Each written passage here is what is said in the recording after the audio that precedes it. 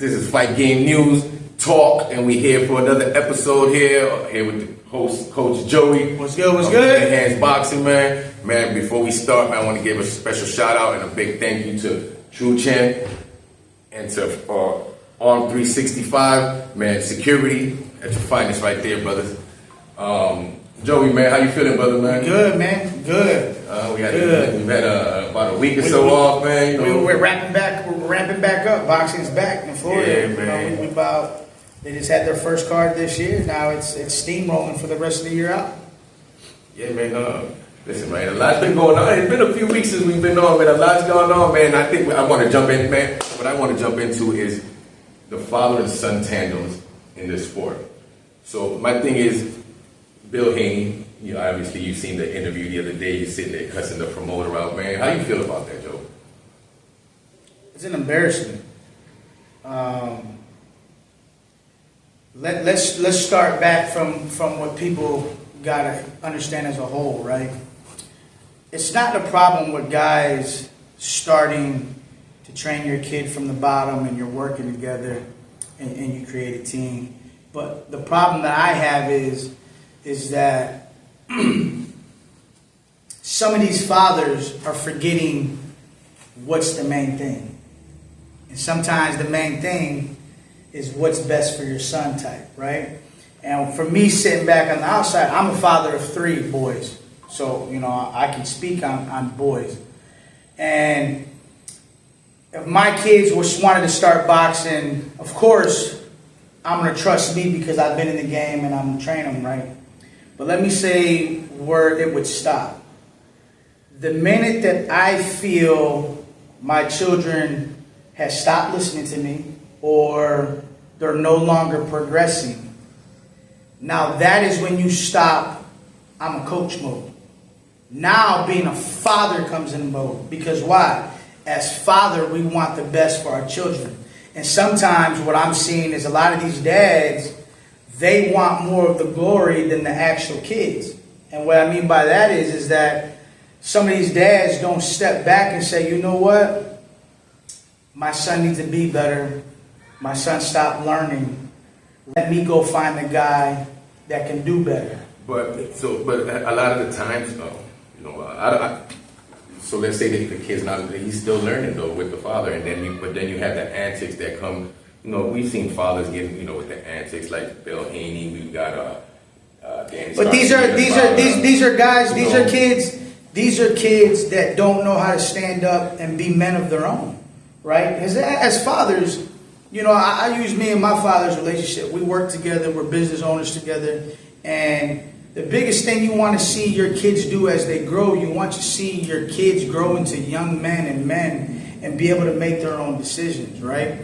Meaning, it's okay for. So, what about the guys who don't stop learning with their fathers? You know, the guys that are still excelling with their fathers, but their fathers is sitting there being a distraction. Not being, you know, with their antics on social media. But that's the problem. That's the problem with the game, man.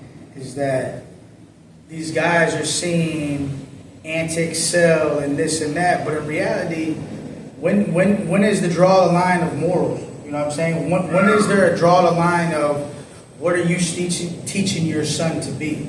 Because when you come out here and you act like an idiot and you're out here representing yourself like an idiot, it's a reflection of your son still. No matter how you want to look at it, he's still going to be the one that's getting the reflection because you out here acting like an idiot. To add on to what you're saying too, you know, again, most of these guys are young, so they probably have, they probably got little brothers and somebody behind them, and they're seeing this, you know, the way that their fathers are acting and stuff. I just think that these dads got to do better, man. Understand what you are first.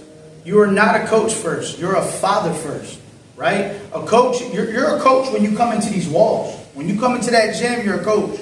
But when you leave the gym and it's stuff that's representing your last name, you're a father first, right? So my problem is you're seeing too many dads being just being not fathers, right? That they're putting their own self feelings in front.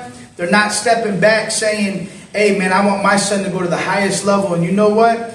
if I'm not the guy to take him there, nobody's saying you can't be on the team. So look, nobody's saying that the dads can't still be involved. You know what I'm saying? So, nobody's saying that the dads can't be a part of the team. But I think it's very critical that the dad has to be the dad.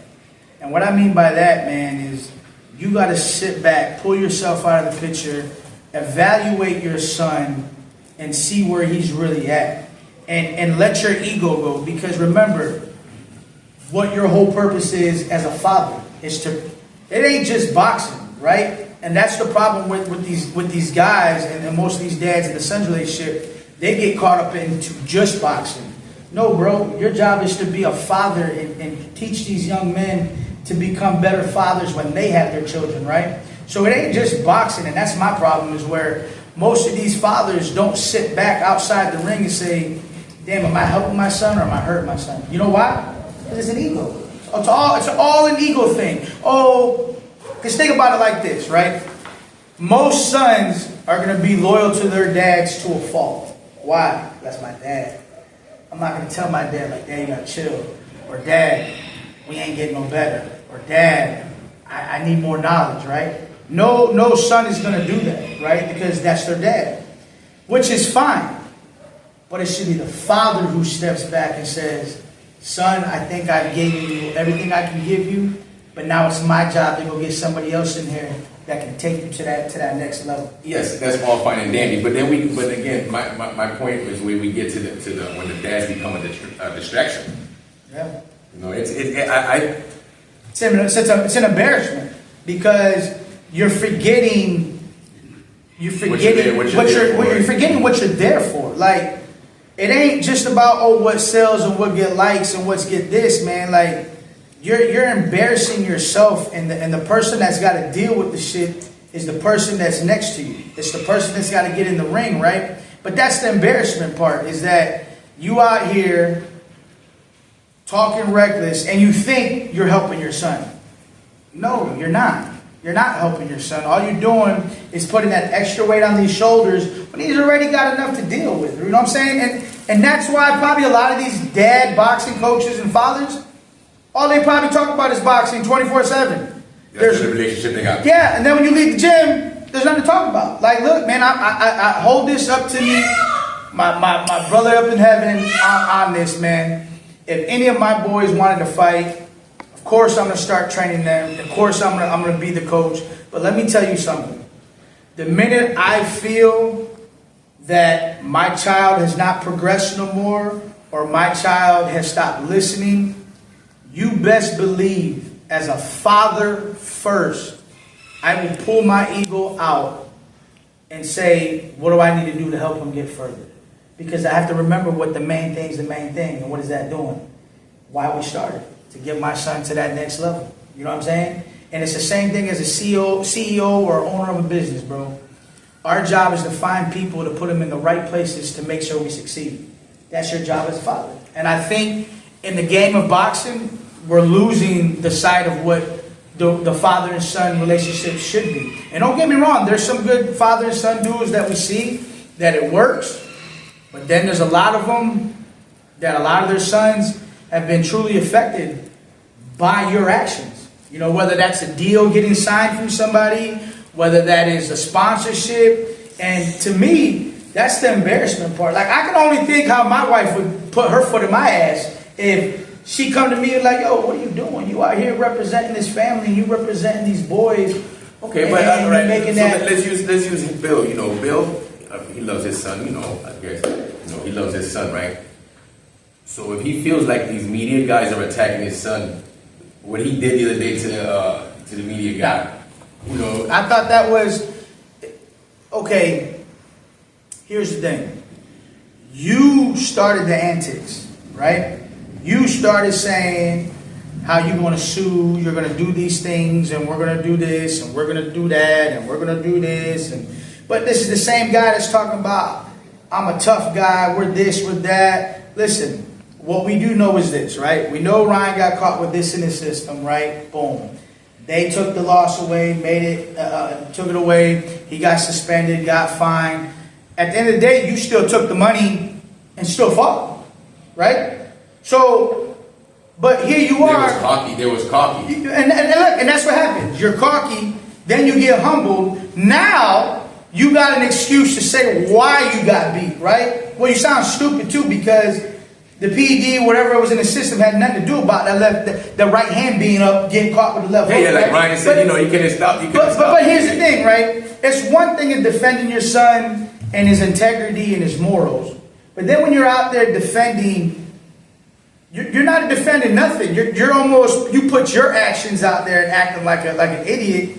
Now you're trying to stroke backwards to defend the actions that you've been putting on your son. If you really look at Haney's been kind of quiet, besides when he's done a couple of interviews stating he felt the PEDs were the difference. But at the end of the day, guess what? If anybody, he should be saying it should be him. It should be him, right? Because listen, as a dad, yes, I'm going to stand up for my son if people are degrading him, have no integrity, shitting on his name, doing all these things. But technically, that's. But let me tell you something. To call another grown man a piece of shit in his face, that's very disrespectful.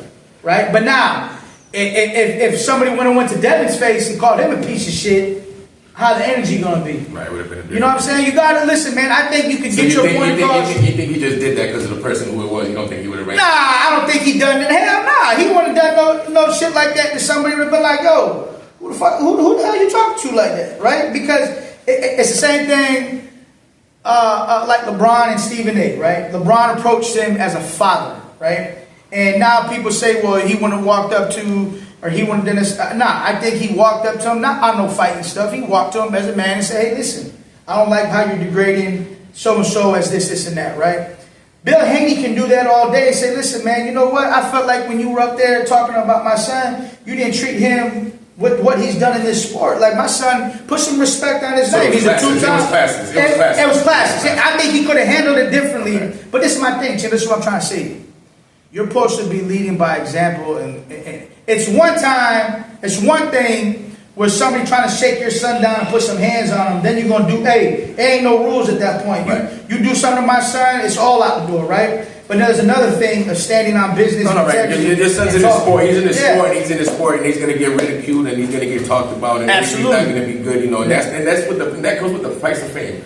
So there's good and there's bad, but at the end of the day, let me say it like this. All you fathers need to understand something. Understand what your true purpose is as a father. Not a boxing coach, as a father. Some of you guys be letting this boxing shit get twisted and thinking that that's your sole purpose. No, your sole purpose is to make sure you keep raising a good man to become a good father, a good brother, a good son, all them things. And a lot of you guys are getting this shit twisted because you allowing this boxing shit to take over y'all, and now your son's out here looking like a bunch of damn idiots. Is that right? Yeah, that shit been on my chest, bro. I had to get that shit off, Jimmy. Man, let's get on to the TKO league. Man, listen, bro. Boxing is not dead, and that doesn't need to be fixed. Yes, it needs to be fixing, but the way Dana, I'm gonna save you. Yeah, man, that shit's yeah. What were you gonna do, Dana? Here's the thing, right? We went through all this shit with people going across the street, crossing the street, right? To fight, you know. Basically, that's what this cat Dana's saying. Now, Turkey's got another lane because he's saying something else. But did you see? That's where I think they're already being different. There's a disconnect. Yeah. So is somebody saying something? Yeah, because you already saw him saying Turkish wanted to do this. Dana's like, well, I want to do this. And that's why he says he's gonna tear it down and build it back. No, man, this is not the UFC. This is not boxing. Like, listen, boxing is not a league, meaning like it's not a team, right? It's not a team where it's the Orlando Magic and we're gonna change things. No, boxing has been around over 100 years.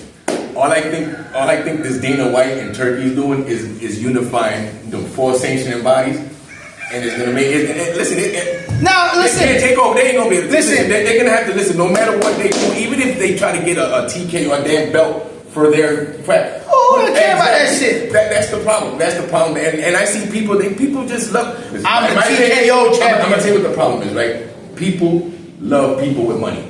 And that's that. If you a billionaire, Joey, and you say I'm gonna do this, I guarantee you'll have a whole fucking flock of motherfuckers behind you. Be like, okay, that's good. Well, the thing is, billionaires and billionaires, they're all gonna get together. That's not what I'm saying. I'm saying us common folk. Yeah. A motherfucker look up to these motherfuckers with money on. Yeah. And they're gonna be like, oh, they're gonna do this. No, fuck you. Just because you got all this money, don't mean it's gonna be. And look, here's the thing. I'm not saying something different can be bad. No, you're right. You're right. It might not be bad, yeah. But Dana White Dana White coming into boxing saying, "I'm going to change everything," and so you're just going to change history, rewrite history. Why? Let me help me understand this. Every big fighter that's in the top 10 is getting paid better than everybody than UFC, period. They're superstars. So how, explain to me how we say boxing is broken. How's boxing broken? But these guys are, Canelo and these guys are getting 10, 15, 20 million. Boxing is broken, you know why? Because they do everything like everything else, you know. They say that they're going to sit there and they're going to throw, look at the judging. That's in every sport. Every sport. Exactly. But every sport. Look at the opponents. All that. You know, people are just, again, it's just to side with the guy with the listen. Instead of keeping it a buck, because boxing's always been the same no matter what, from the rooter to the tutor. There's politics in UFC. There's politics in boxing. There's buying money here. There's buying money there. Okay, so if we talking about money and what it influences, why did Turkish go in his car, go to the judging table, see the rounds that his fighter was down, walk into the corner and tell somebody, hey, you down 2 rounds. That shit ain't listen, that wasn't, listen, right? But here we go. Money's always been a different level of people, right? But here's the thing, right? Does boxing have to get, and I don't know why people saying it, because the last 2-3 years, I feel boxing has went to another level as far as guys really fighting each other. You know what I'm saying? And I don't understand when people are saying, "Oh, we're gonna fix it." They talk about, my thing is they're gonna try to eliminate that Ali Act. That shit's retarded, yo. But you know what? That's for them to be able to try to monopolize this shit. Yeah, they want to be the mob. Yeah, they want to control where the money goes, who get. Because here's the thing: when you get people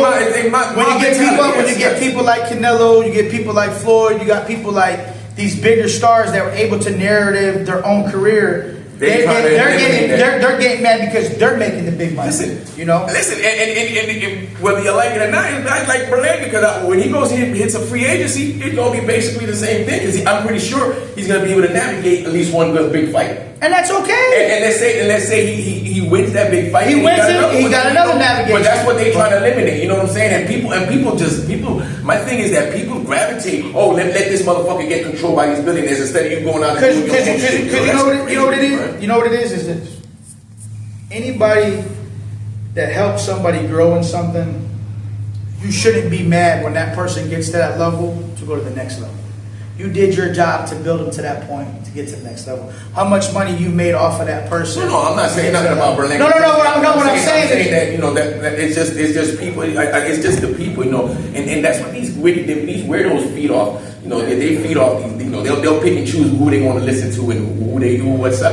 Oh, it'll be 75% of the people be like that shit is stupid as hell, but they'll go with the other 25% be like just to go against 33% of the people think it's good. I'm not fully, listen, I'm not shitting on it, but I do think somebody saying you're going to come in and change it as if it was broken, stop. There's a lot of people that talk about what you've done and what you haven't paid compared to the people in boxing that are getting paid. And let's be clear, the fighters who get in here and risk their life should be making money. Nobody's saying the promoter can't make money. Nobody's saying, you go out and put money here, you go out and put money here. But I can't remember the last time a UFC event lost money, or most of these promotional companies that lose money, because we all know the sponsorships that go in there. We know that free money that gets distributed, the TV networks. Like, listen, man, we're not talking about promoters on the low end, because, listen, they got to make money. That's a big difference, you know what I'm saying? But when you get into this next level of TKO, you talk about hundreds of millions. And you know what? And not for nothing, right? I think in the long run, I think that long turkey money is going to end up trying to monopolize the zone so they can't stream them other fights. But here's the thing, right? This is why I think like that the Provax TV act, I think they positioning themselves.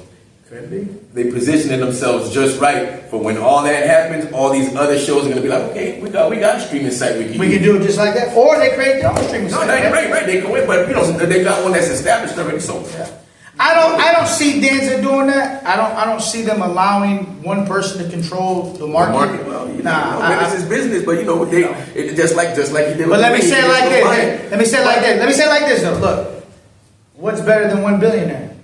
2 billionaires. Okay, so now look, Turkish can be his billionaire, but now when you get 5 billionaires lined up, who's gonna win that? Yeah, I feel they're gonna all work together. They're gonna have to. They're gonna have to. And it's not even about them having to. They gotta.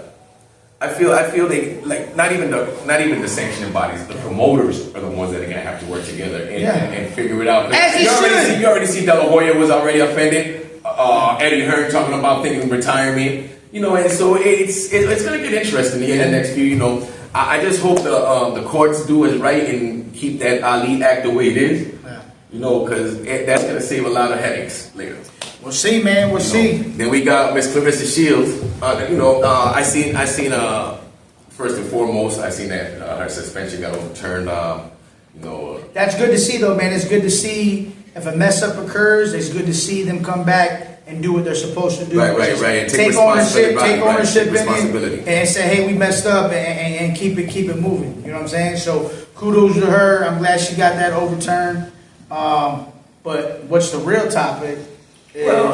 I still think I don't know what was offered, so that's first and foremost. But I'm gonna guarantee you that it's probably more than she's made off of her career. I don't know. Jake Paul pays them girls. Them MVP pays them chicks. I don't know He pays yet. them chicks. Fighters across the board ain't getting. But here's the thing: Clarissa is number one, number 2 in that list. You know what? She's number 1 in that Okay. list. Katie Taylor and Amanda Serrano are not. But they're the ones bringing in the money. They're the ones that's going to bring in the money. Well, for that fight card. Right, but hold on. But here's the thing. Jake ain't stupid either. He's trying to create the biggest women card in history. Right. So he needs Clarissa on it. He needs Clarissa. the GOAT. Right. He needs Clarissa on it. Listen, Correct. He needs we Clarissa can on it. say what it is. Listen, I'm a Amanda fan. And I'm a Katie Taylor fan. Right? They're both lucky to have that dance partner. Clarissa Shields reminds me of the Roy Jones Jr. effect, where he was in a weight class where he was too big for here, but then he was too small for way here, right? But his skill set across the board, nobody was touching, right? But now, you put guys in there, you're thinking they're guys that are going to give him a problem, and it's easy work, right? And I think that's what Carissa's issue is. She went in there and has mopped everybody from what's been put in front of her. The girl has went from 147 to light heavy or heavy. Like, come on, bro. Like, as a woman, that weight going up and trying to, let me go up here to fight the bigger girls. Let's not be mistaken, bro. She's a 3-time undisputed, not only that, a 2-time Olympic gold medalist. Like, so here's a question: does Clarissa get on a bigger card than what is being offered right now to be a co-main on that? Why? But see, here's my thing: is why hasn't there been the movement for her to have her own big card? You know what I'm saying? Because there's no dance partner. A dance partner is a dance partner.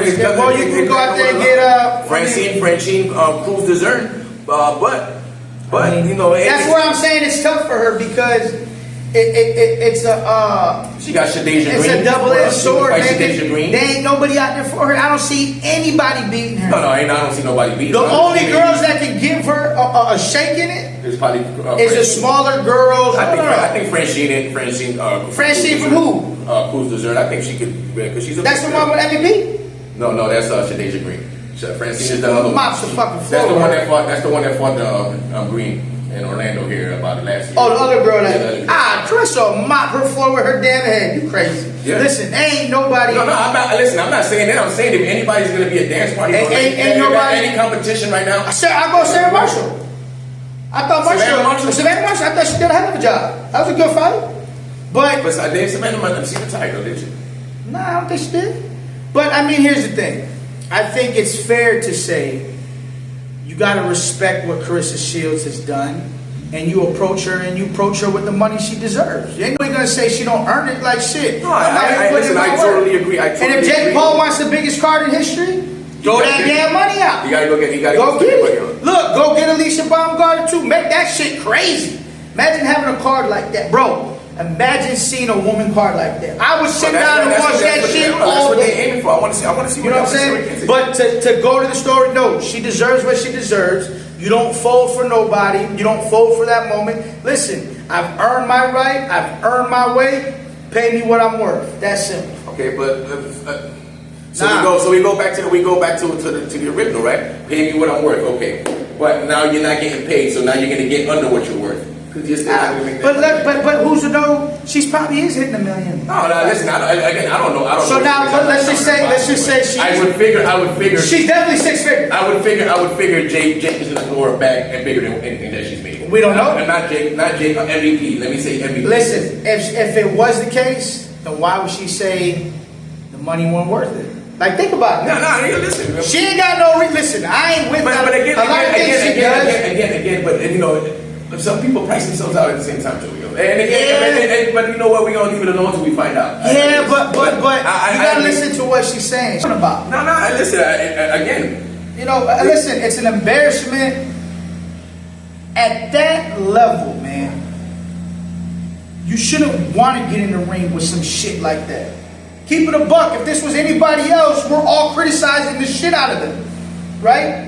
This is a guy that just lost a 12-round fight. Celebrated for a year of losing. You come out here, you do all this antic shit, talk about you the king at 168, but here we are with the guy that got out of prison. The guy was at 300 pounds. He had to shed the shit to get into this weight class, whatever the weight class. Hasn't fought in years. What are we talking about? And he missed weight. And to top it off, you a professional, you the man. I want the money. But yet, you ain't doing your job. Nigga, we telling our fighters that are younger than you to do your job, but yet you at the highest stage in your career, and that's professional. Anybody else, we're talking shit. Anybody else, we're drilling. He's got to be held to the same standard. All fighters do, right? Because here's the reality of it. It pisses me off because he has something, right?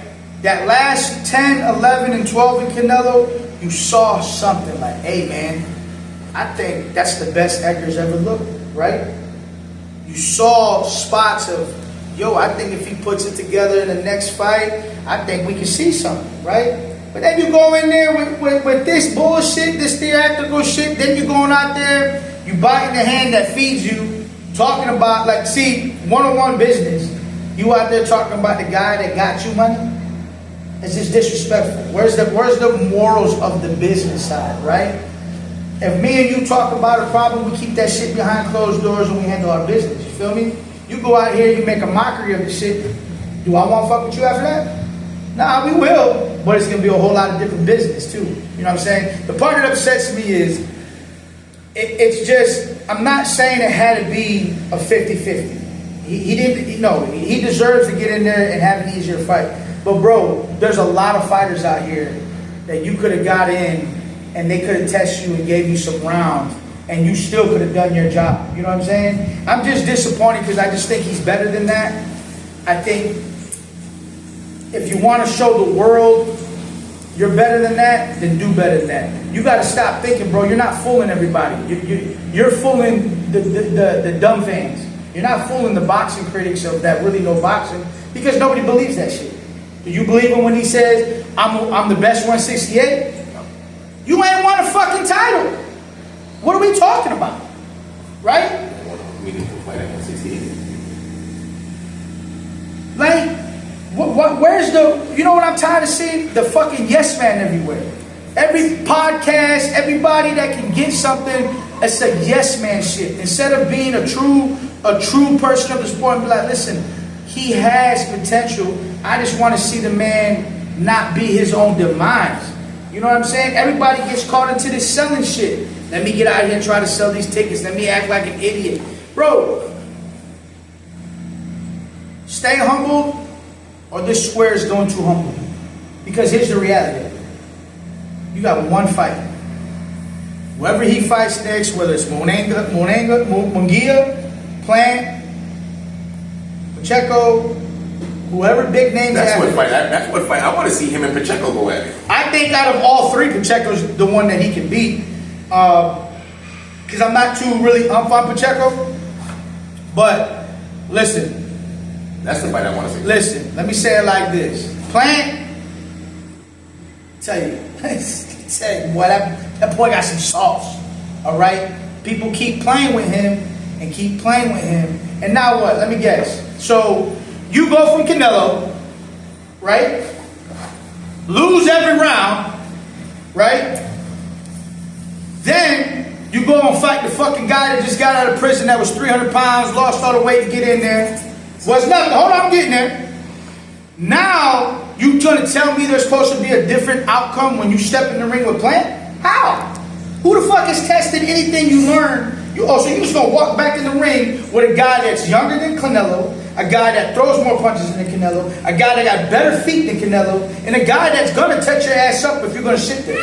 You think you're gonna get to him in high guard and you ain't gonna get hit 3 times and step around?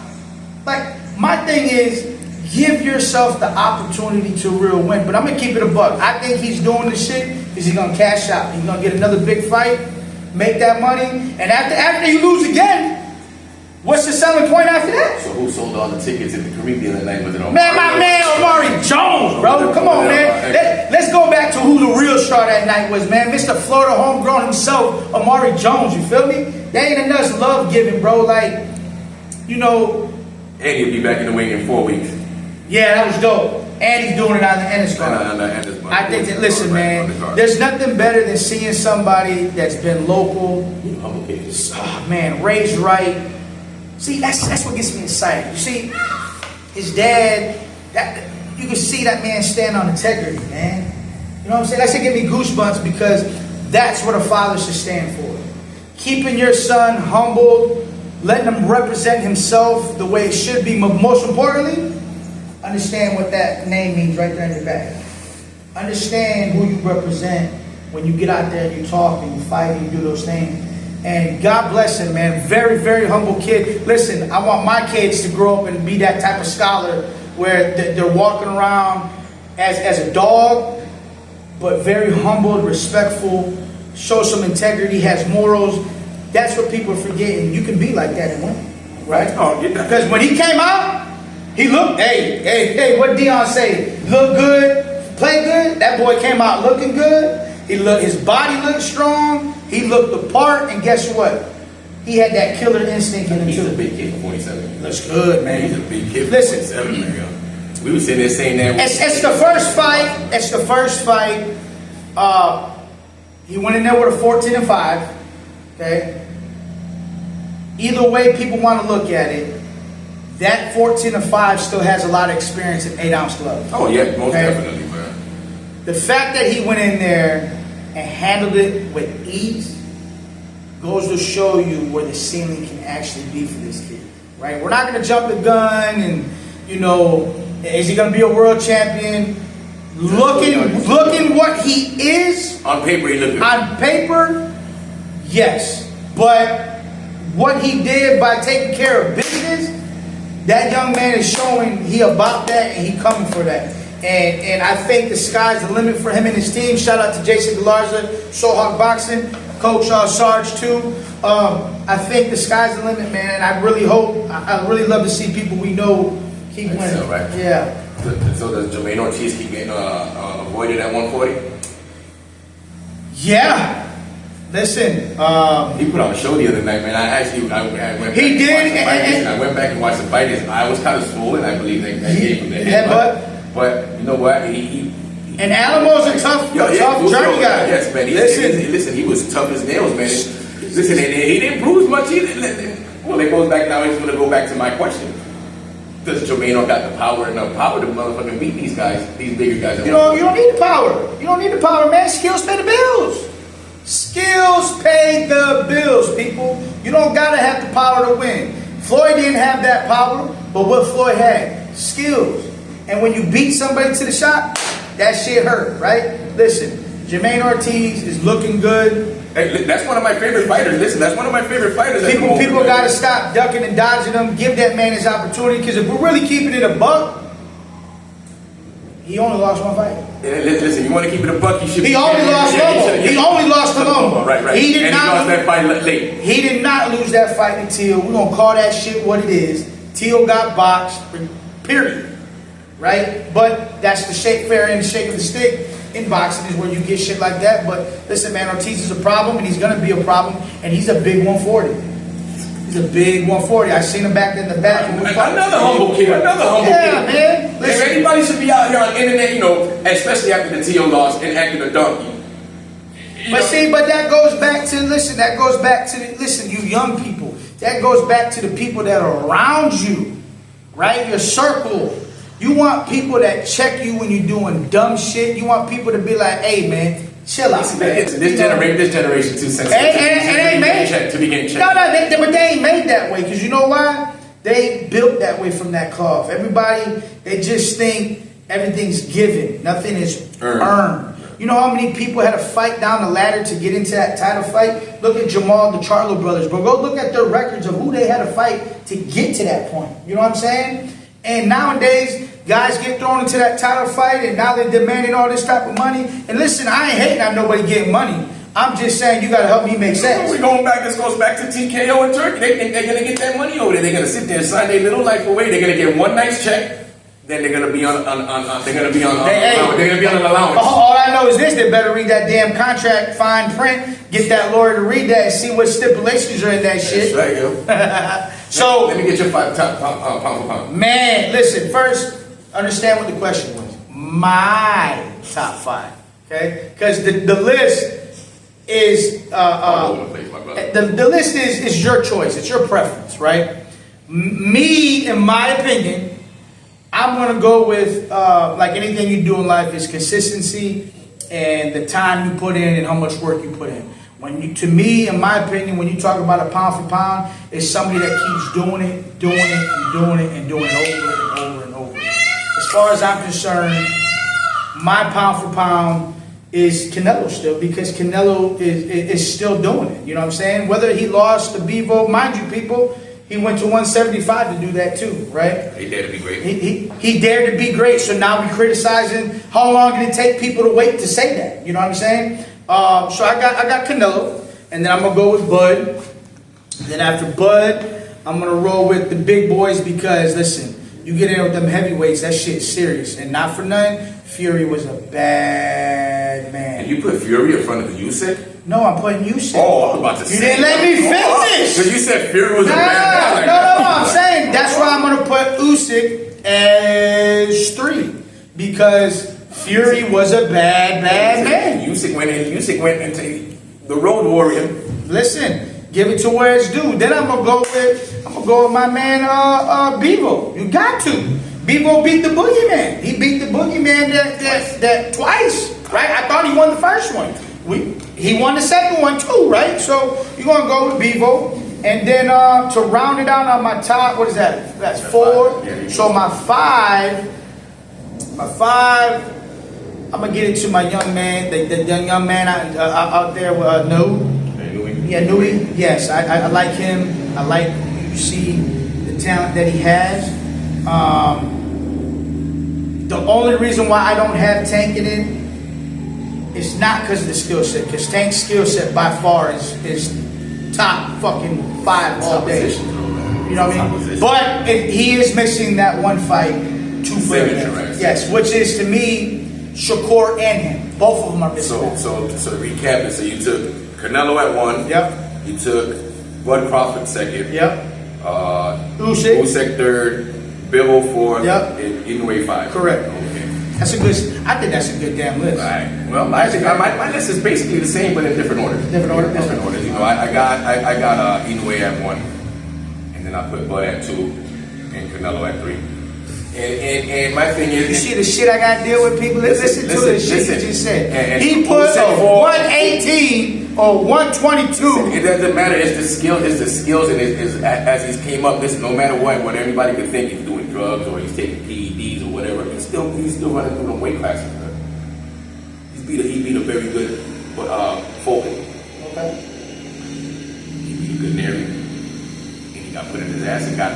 No, he getting the old Neri. Got put on his ass. That wasn't the same Listen, Neri. Got put on his ass, got up, Okay. and did his mother and went about his So business. how's y'all ring Bud? Huh? How y'all ring Bud? He a 2-time look, Bud. I think. So the reason why I think Bud had an easier path to get into his 140 title. What? You knew I did. Who? You better go look at Bud's list. At 140 when he won the title. Yeah, go look at. Listen. Who the fuck did he beat? Go, see, but that's the thing. You gotta go read the list. I understand what you're saying. But I gotta still go- think that the gauntlet that Inouye has run is way better. bro. Anyways, but to keep on, I got Okay, who Canelo else? at third. Okay. I got fourth is Usyk, 5 Bivol. Okay. And you know, it's basically the same. It's basically the same. You know what? How you It's want to subjective, flop it? it's Yeah. subjective, How it's you want to subjective. flop it down around? It's subjective, fine. man. All these guys require the same thing, which is they all dare to be great and done a lot of good things. I just seen a couple lists that they taking Canelo out the top 5, and I still How? I just say they just hate on. Because you know what it is, man? People hate on anybody that's great. Everybody hates on people that are great. They just want to shit on people. But I will be the first to say this. I think it's off topic for a second, but I do agree at some point if Canelo's not fighting the top at 168, you gotta let the belts go, right? Facts. But now that Benavidez is gone, I guess it doesn't matter. Well, because here's the thing. He's about. who else is the top at But 168? here's the thing. No, he's gonna try to become a 2-time undisputed at 168 after he beats Skull. Fighting Skull. And the thing is, and then he's gonna fight. But And I mean, and look, people gotta understand too. Skull has been a mandatory the last year for him. no, he's got the belt. He's got the belt. So he went out and won that belt. I bet you this. I bet you fucking Skull was a tougher opponent than the nigga that fought Beranga the other day. The shit. You were gonna keep Right it. about And then, but now here's another thing too. People gonna say, oh, but Beranga said that they were supposed to fight. Listen, man, business is business, papa. Okay? 1 + 1 is 2. Okay? If you know we can't, everybody can go out price themselves if they don't really want to make that fight pop off. You know what I'm saying? Yeah, man. I could go say I want 1.5, but is it really going to happen? You know what I mean? But listen, it's going to be interesting to see what happens with Beranga because it was his last fight with Matchroom. Does he stay independent and go take that Floyd and Canelo route where he can try to go make the bag as he can? Which, I mean, in my eyes, I think he only has one option in that. You fight either Plant, Charlo, or one of those guys. Listen, go over there and get it back in Turkey. Well, here's the thing. If he goes to Turkey, Turkey gonna make a fight. fucking A right. Turkey ain't gonna pay that shit. If I'm gonna pay you that money, you gonna go fight. Now, I'm not saying Berdanga's scared for that either. And maybe that's what he wants to do, and maybe his hands were tied. I don't know, right? All I know is sometimes he might have been better just to pass up on this fight because, nigga, you really didn't fight. What would have been the difference? That was sparring. You could have just been staying working. You didn't do shit. It wasn't. It's not like you went in there and you sweated. You went in there and got out in the first round. So what really was it? Sometimes, to me, it hurt him more than it helped him. Yeah. You know what I'm saying? That's what I always say. That, sometimes guys will take a loss, and with that loss, their stock will go up. His stock went up. Yeah, his stock went up. with Canelo, right? But then it's like it just went. They just fucking bottomed out again. It just go Word, you know what I mean? Yeah. Because at the end of the day, if the fights happen, and I don't believe he is scared. I don't think he's scared. I know he wanted to fight Skull. Yeah. I know he wanted to fight Skull, and I don't think the promoters was trying to put up that money because. Now with him, the last fight at the end of this contract, listen, ain't nobody gonna go put out a bunch of money, and if the fight don't do well, then they lose money. I mean, listen, none of us would do that. None of us are gonna go put money out knowing damn well you ain't gonna sign back to me. I read that. We saw the energy in the room. If you going out to the opening and telling people you ain't fucking with me no more, why am I gonna put that shit up? Man, let's wrap this up, man. So wrapping it up, I mean, We got we want to send a shout out to Boxlight Promotions, Gonzalo Salpia, man. He has donated a few tickets for us to raffle off.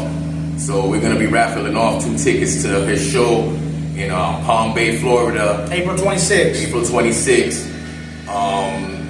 The way to get into the raffle, subscribe to our channel on YouTube, and show us that you subscribe. Leave a comment, and you'll be automatically put into the raffle, and go from there, man. Support the young fighters. And support these young fighters. We want to give a thanks again. It's a true champ. We We want to give a thanks again to Arm 365 Security. You know, And we out here at El Rancho Boxing. listen, we here at the El Rancho Boxing. Coach Joey, on one-on-one classes, man. Hit him up on IG at El Rancho Boxing. And always stay tuned for Coach's Corner. Keep punching. Don't step up in that ring if you can't bang nothing. I got a left and a right for your mama son.